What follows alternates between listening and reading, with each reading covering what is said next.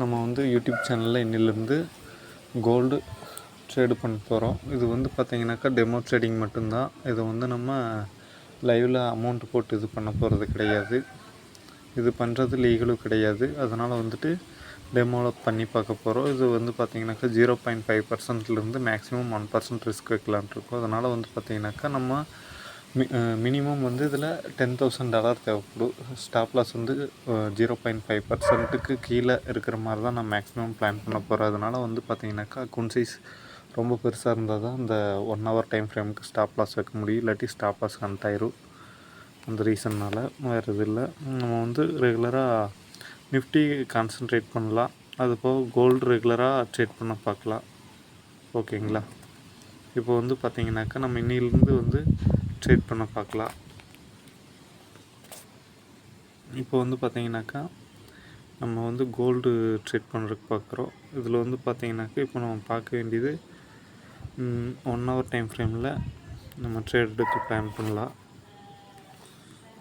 Stop loss டெய்லியுமே ப்ராப்பராக stop loss எல்லாமே வச்சு தான் பண்ண போகிறோம்.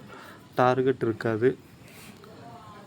அப்படின்னாக்கா ஒன்லி ட்ரைலிங் ஸ்டாப் லாஸ் இந்த 2 மட்டும்தான் இருக்கும். நம்ம ரெகுலராக பார்க்கலாம். இப்போ வந்து நம்ம ஒரு 10,000 அக்கௌண்ட்டு க்ரியேட் பண்ணிடலாம். நம்ம XNSL தான் டெமோ இதில் பண்ண போகிறோம்.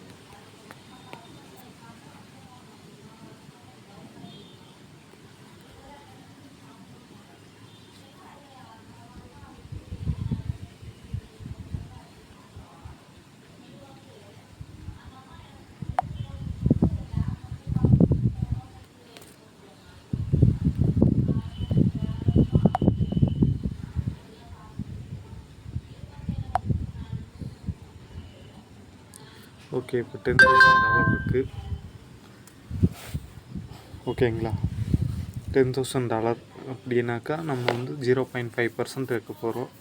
$10,000க்கு 0.5%னாக்கா அதுக்குள்ளனாக்கா $50 0.01 தான் வைக்க முடியும். ஏன்னு பார்த்தீங்கன்னாக்கா இல்லாட்டி லாட் சைஸ் மாற்றி பண்ணுற மாதிரி இருக்கும். அது இல்லாமல் அதனால் நம்ம எப்போவுமே $50க்குள்ளே ரிஸ்க் வச்சு ட்ரேட் பண்ணிக்கலாம்.